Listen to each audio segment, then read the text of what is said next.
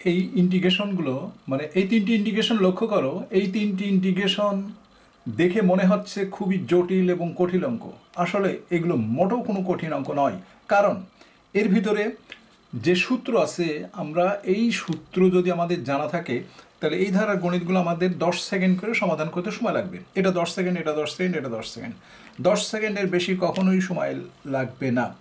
তো এখন আমি দেখাবো কিভাবে এই গণিতগুলো মানে এই ইন্টিগ্রেশনগুলো সমাধান করা যায়। তো প্রথমে একটা সূত্র দেখো, আমি এই অঙ্কগুলোর সমাধানের আগে আমি একটা সূত্র তোমাদেরকে দেখাচ্ছি। দেখো, মনে করো tan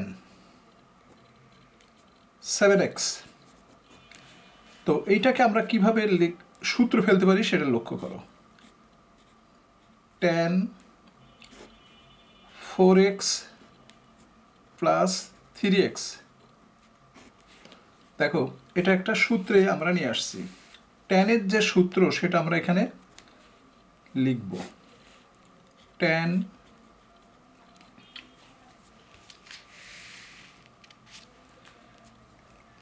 4x plus tan 3x by 1 minus tan 4x tan 3x, এটা আমাদের দেওয়া আছে tan 7x। tan 7x সমান আমরা এটা পেলাম। এবার যদি আমরা আড়াআড়ি গুণ করি তাহলে কি পাচ্ছি সেটা লক্ষ্য করো। এটা পাচ্ছি tan 7x, এইটা দিয়ে এটাকে গুণ করছি, তারপরে আমরা পেলাম tan 7x tan 4x এবং tan 3x সমান সমান উপরের এই মানটা tan 4x plus tan 3x। এখন যদি আমরা এই দিকে নিয়ে আসি, দেখো এই যে tan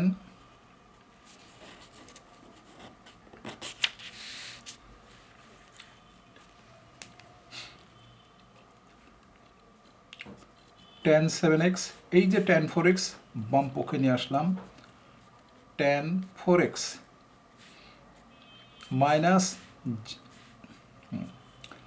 মাইনাস tan 3x সমান সমান আমরা লিখছি কি, দেখো tan 7x tan 4x tan 3x। তো অতএব আমরা যেটা পাচ্ছি সেটা হচ্ছে যেমন tan 7x into tan 4x into tan 3x সমান এইটা পাচ্ছি,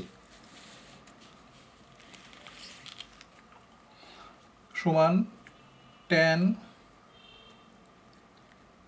7x tan 4x, এটা 7x tan 3x। একটু লক্ষ্য করো, দেখো এটা মান এটা, অর্থাৎ এখানে একটা মাইনাস এখানে একটা মাইনাস দিলে আমরা এটা পেয়ে যাচ্ছি। ঠিক এই অঙ্কগুলো আমরা ওইভাবে সমাধান করব। যে কিভাবে সমাধান করব, মনে করো প্রথম অঙ্কটা, এটা আমরা এইভাবে লিখে ফেলতে পারি। যেমন ধরো tan 5/2x minus tan 3/2x minus tan x।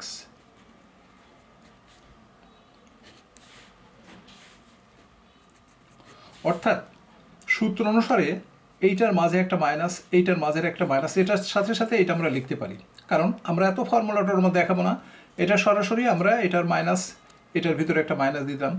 এখন আমরা জানি tan x কে ইন্টিগ্রেশন করে ln sec x। দেখো লন সেক 5/2x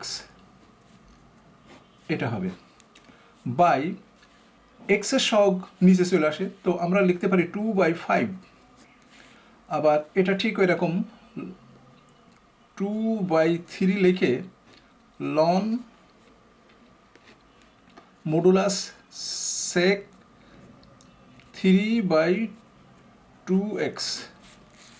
তারপর লাস্টেরটা এটা দেখো, এটা minus ln sec x sec x plus c. তো বুঝতে পারছো এই অঙ্কগুলো আমাদের সমাধানের জন্য খুব একটা বেশি সময় লাগবে না। আবার দ্বিতীয় নম্বর অঙ্কটা দেখো, দ্বিতীয় নম্বর অঙ্কটা এইভাবে করতে পারি যে tan 3x ভিতরে একটা মাইনাস দিয়ে দিলাম, tan 2x। এই ধরনের অঙ্ক আসলে বা এই অঙ্ক যদি এটাভাবে দিত, যদি এটা সমান আমাদের এই অঙ্কটা ধরো এখানে থাকলো, এই যে tan 3x tan 2x এখানে দিয়ে দিল, তখন আমরা এইটা লিখে দেবো ওই জায়গায়। তাহলে এখানে আমাদের tan x আমরা কি করছি, এখানে একটা মাইনাস দিয়েছি, এখানে একটা মাইনাস দিয়ে এই অঙ্ক সাজিয়ে নিয়েছি। এরপর এটাকে ইন্টিগ্রেশন করো, ইন্টিগ্রেশন করলে 1/3 লন sec 3x হাফ লন sec 2x প্লাস মাইনাস লন দেখো লন sec x প্লাস সি। দেখো এটা 10 সেকেন্ডই লাগবে, আমরা সূত্র ফেলিয়ে এটা মান বের করে 10 সেকেন্ড লাগবে। এখন 4 নম্বর অঙ্কটা দেখো, এই যে 3 নম্বর অঙ্কটা, তাহলে এটা পরস্পর সমান। আমি আবারও বলছি, এটার sec tan 3x লিখে আমরা সূত্র যদি ফেলি এটা সমান হয়, তাহলে এটা কেটে গেলে 1 হয়ে যায়, অর্থাৎ এটার অ্যান্সার হচ্ছে dx। দেখো এটার মান সমান, পরস্পর সমান হওয়ার কারণে এটা আমরা লিখতে পারি x প্লাস সি। দেখো এই অঙ্কটা যদি আমরা এই সূত্র যদি না জানতাম, তাহলে এই অঙ্কটা এই ইন্টিগ্রেশনটা এত তাড়াতাড়ি এত সহজে সমাধান করা সম্ভব হতো না। যেহেতু আমরা বুঝতে পারছি যে এটা আর এটা পরস্পর সমান, সেই জন্য এটার পরিবর্তে যদি আমরা উপরের এটা বসে দিয়ে কাটাকাটি করি, তাহলে আমাদের শুধু একটা 1 থাকে, 1কে ইন্টিগ্রেশন করলে ডিএক্স থাকে, অর্থাৎ ডিএক্সকে ইন্টিগ্রেশন করলে এক্স একটা ধ্রুব সংখ্যা। তো বুঝতে পারছো এই ধারার গণিতগুলো অবশ্যই আমাদেরকে জানতে হবে, শিখতে হবে, কারণ কোন অঙ্ক কখন আসবে এটা আমরা মোটেও বলতে পারি না। যার কারণেই আমরা যত শিখব তত আমাদের গণিতে শক্তিশালী হওয়ার সম্ভাবনা থাকবে। তো আজ এ পর্যন্তই।